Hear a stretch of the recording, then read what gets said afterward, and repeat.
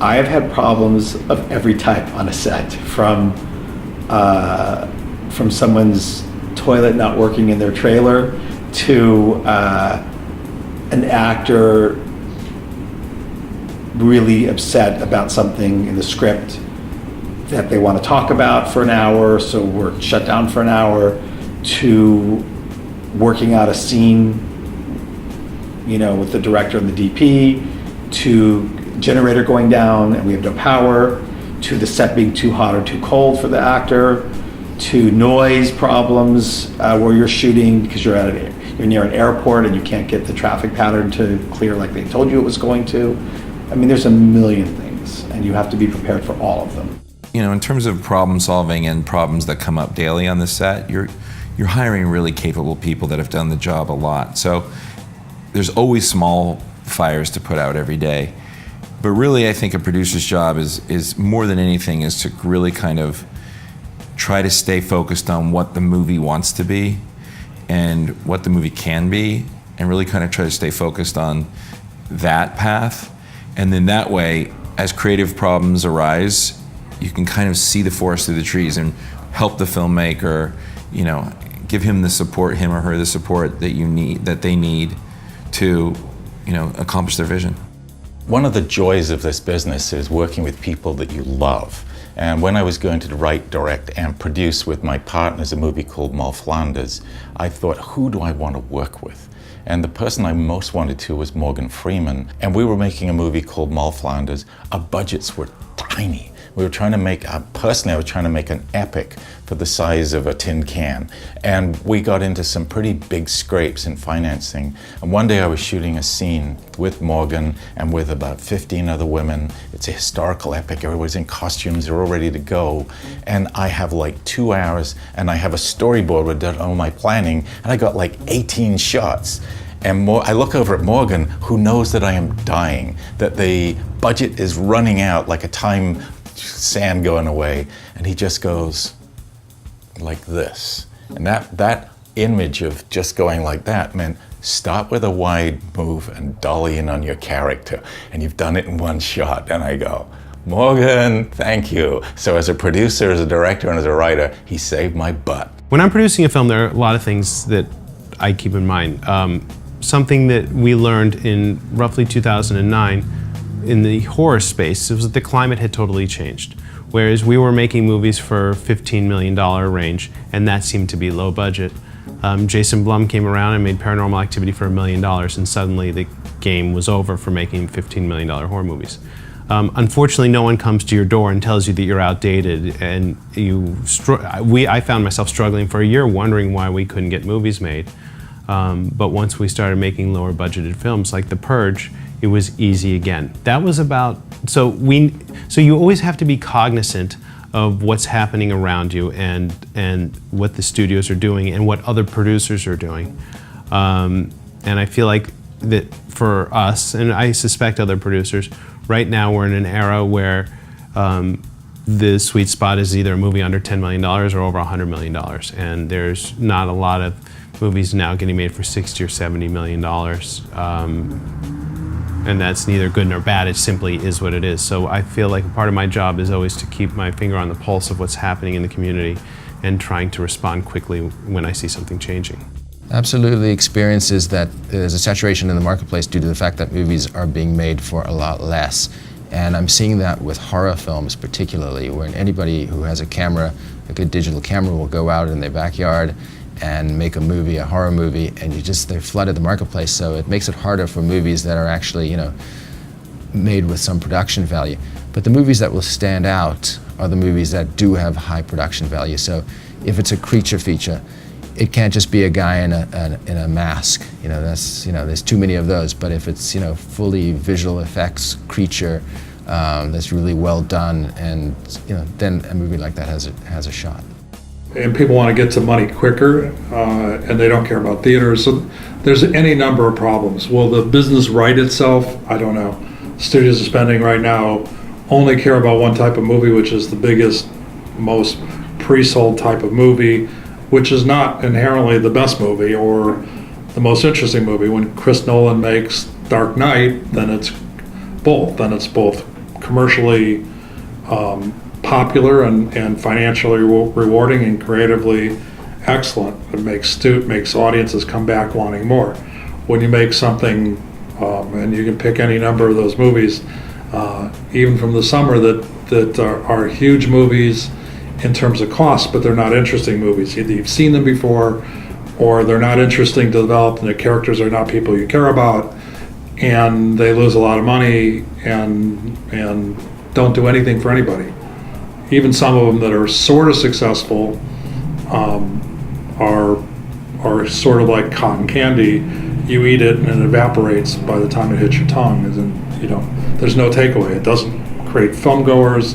It doesn't create new generations of filmmakers. It really just spins in the system. So will the system self-correct? Who knows? Like most people who are artistic, my most proud project is the one I haven't made yet. And it's the one that drives me. It's the one that when I open the pages, I tingle as I'm working on it. But probably people would expect me to say Robin Hood and this. We've made some other wonderful movies where we've supported other filmmakers like Tank Girl and Backdraft, and I'm very proud of those. But the most personal thing was a movie called Moll Flanders with Robin Wright, John Lynch, Morgan Freeman, and that I wrote. And again, it was written in a very emotional, passionate, almost like taking dictation from my unconscious. That movie's most proud to me, even though it didn't make a lot of money. It made a statement that I felt was about life. And so that was wonderful. Every project is different. I have to say, the tougher projects to produce are probably the ones that I feel better about, because I know how much work that went into. I mean, every project has a challenge, but some are more challenging than others. I'd say Lockup probably because it is such an intense show. Someone once said, Lockup has got to be scripted because, you guys never can, how do you get all these amazing scenes? And I said, there are no second takes in prison. You are filming, what you see is what you get. And at great risk, because we've been out there when they've been locked down, or when inmates have kind of come after our crews, or verbally and physically attack them. I think that one, because of the challenges of making that show, I'm probably most proud of. I'm most proud of several on a commercial basis. That would be Threesome, Dumb and Dumber, Kingpin, Beverly Hills Ninja, because we had a really good time making them and they succeeded well financially. On the other hand, some of the projects that I'm really proud of are like The Locust, Albino Alligator, The War at Home, projects that were much more emotionally gratifying but didn't do nearly as well financially. So it's a combination of both that I think over the years, as you look back, just makes it so, okay, this was very satisfying and very rewarding. Well, Coraline was a book by a pretty famous writer, Neil Gaiman. We bought it. Henry Selick, who I'd made a movie with at Fox, Monkey Bone, which wasn't successful, but I'd worked with in different capacity on Nightmare Before Christmas, which I think is one of the all-time great films. And so Neil sent the book to Henry and to Tim Burton separately. Henry liked it, brought it to me. I bought it before it was published. Worked with Henry for about a year and a half to get a screenplay. It was the first time he'd written a screenplay. Looked for financing, which we found independently, took it around to all studios. Everybody passed because it's a scary book for kids, and largely nobody wanted to do that, even though to me it was a modern Wizard of Oz. We finally moved money independently, and Focus became the distributor. Then we made the picture and oversaw the marketing, and that was it. The help came to us in an interesting way. The writer-director came to us with a short film that Chris had seen and really loved, thought was very funny. And he came in one day with a notebook with a manuscript on typed paper, 3-hole paper. And he said, "This is the movie I want to do." We said, "What is it about?" He goes, "Oh, it's about black maids in the 60s and the white women that they worked for." And we were like, seriously? Nobody's going to want to make that movie. Nobody's going to want to see it. What? That's the movie you want to make? He said, "Yeah, my best friend wrote it." because he did. He grew up with Catherine Stockett. So he left, and I took the book and I handed it to someone else. I said, hey, I'm not reading this. You read this. And Chris did the same thing. He got a copy of the book. He gave it to his wife. He said, I'm not interested. You read this. And the two of them read it that weekend, came in Monday and said, oh my God, this is a great story. I met Antoine, my old roommate from college, introduced me to Antoine one day, and he told me his story, and he said, I want to write it. Nobody will let me write it. And I said, I paid him to write it. And then we worked on it for 10 years. 10 years. It took me 6 years to get Denzel. And then when I got Denzel, he said, I want to direct it though. And then I took another couple years to get him to act in it as well, which is how I was able to get it made. And rewriting and rewriting and rewriting, and Antoine sticking with me, and we got it made. So I'm very proud of that one. So we met with Tate, and Tate said, look, I'm going to go write the script. You don't have to pay me. I'm just going to go do it on my own, and I'll bring it back to you guys. It took about a year, and in the course of that year, the book got sold and published and was suddenly on the bestseller list. Chris wanted to have something that felt authentic. Tate's roommate was Octavia Spencer. She was just this actress that he'd met many years ago, and everyone was like, you can't cast your roommate in a movie. That's not how that works. He goes, she's great. She's the reason the book got written. The character was based on her, and he was right. She was amazing. DreamWorks became the place that wanted to make the movie, and some of that was based on Chris's relationship with Steven Spielberg, because Steven trusted Chris, and he said, if you believe in this guy, we love the project, if you believe in this guy as a director, then I will trust that you will shepherd him to make a good movie. There was very little belief in Oliver Stone at the time we got involved. Oliver was wanting to make a movie called Salvador, and Ann and I got involved by getting the foreign licensing rights to Salvador, and we were very instrumental in putting a lot of money into that movie and making it happen. But she and I went down to Mexico, to Acapulco and Cuernavaca, where Oliver was shooting, and I wanted to see whether or not he knew how to make a movie, how to direct. Well, we were so impressed. The Silence of the Lambs is one of the very few pictures that I actually was offered as a job. Jonathan Demme and I were in business with Orion Pictures, and they had the rights to make a film of The Silence of the Lambs. It hadn't been a success previously when they'd brought Hannibal Lecter to the screen. I felt that we had something very important. Many of the people that had worked on the film, I knew that their work was outstanding. And when I was in the Philippines making the movie with Ann, my son Evan was there as well, we would tell these people, we're going to see you in Hollywood, you're going to get an Academy nomination. They thought I was crazy. And then later when we were in Hollywood, when they came in to to go to the Academy, they couldn't believe that I was so prescient that I knew what they could possibly do. Well, we went to the Academy. We were one of 5 films then, which was much more difficult than it is today, with 10 movies. And I had no idea that we were going to win. We were certainly talked about as one of the favorites, but you never know. There are 6,000 members of the Academy. There'd been a film called Manhunter that was made by Michael Mann, an excellent director, with Brian Cox, an excellent actor as Hannibal Lecter, and the film hadn't succeeded. So The Silence of the Lambs didn't seem like a hot property. But we were in business with Orion. We were looking for something to make next. And they sent us the book of The Silence of the Lambs. We read it, and then we waited for the script, and Ted Talley did a knockout job on the script. I went up to the podium. Dustin Hoffman handed me the Oscar, and I started to speak. And I had rehearsed my speech very, very thoroughly. I was a lawyer. I had been to court. And I kept on rehearsing and rehearsing, because you had to get it down to 1 minute. And I could never get it to 1 minute. So I figured with the last award, if I won, they're not going to cut me off. So I just did my speech. But I started to speak, and I knew it really cold. And I prepared a little, like a crib sheet with my notes in it of the speech. So I started to speak, and I got through 2 sentences.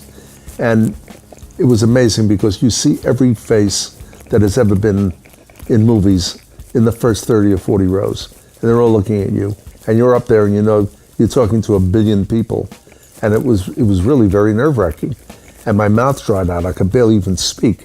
And I got off 2 sentences and I momentarily forgot the rest of it.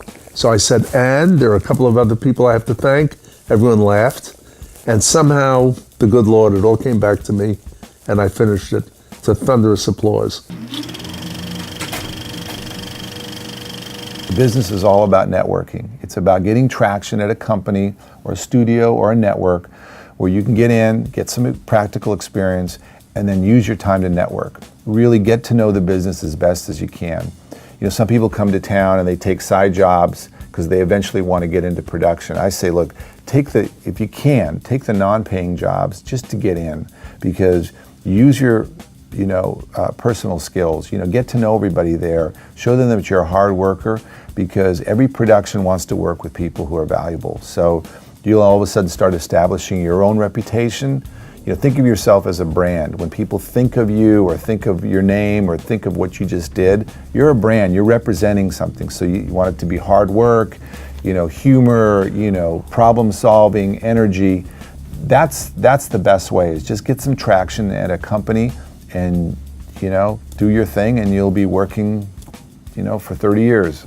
I think early on in one's career, it's really important to network. You need to get to know the agents, you need to get to know talent, go to the film festivals, and I think it's important to work in an agency if you can, and really understand what agents do and who Hollywood is, who the executives are, who the producers are, who are the people around that are making a difference to what you're doing. I think it's important. I'm at an age now where I'm older, and I'm a little bit more established, so it's not so critical for me now.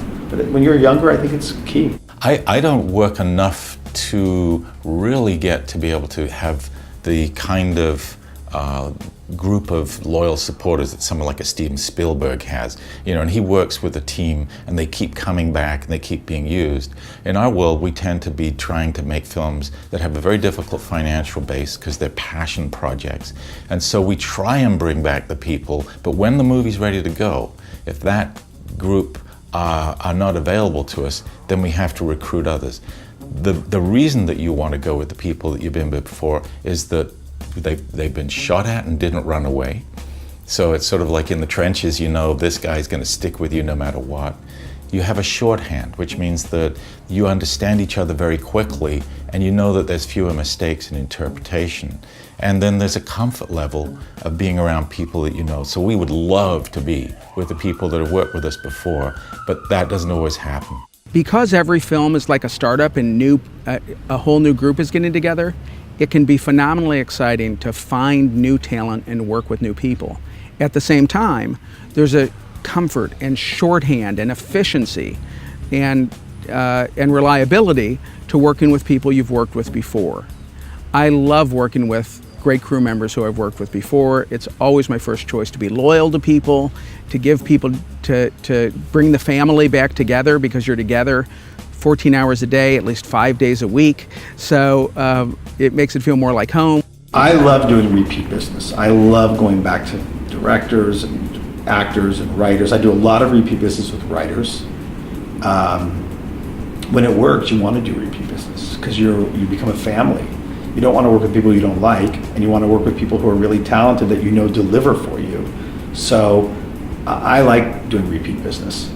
We hire people who work on Michael's films, who work on the Transformers films, or who've worked with us on our films, and we convince them to come and work for us at a cut rate because it just keeps them in the family. And we all, between Bay's films and Platinum Dunes films, there's a lot of work, and if we can keep people consistently working, they're eager to work for a lower rate if it's not for such a long time. That's one of the benefits of these micro-budgeted movies is Teenage Mutant Ninja Turtles shot for about 75 days. The Purge shot for 18.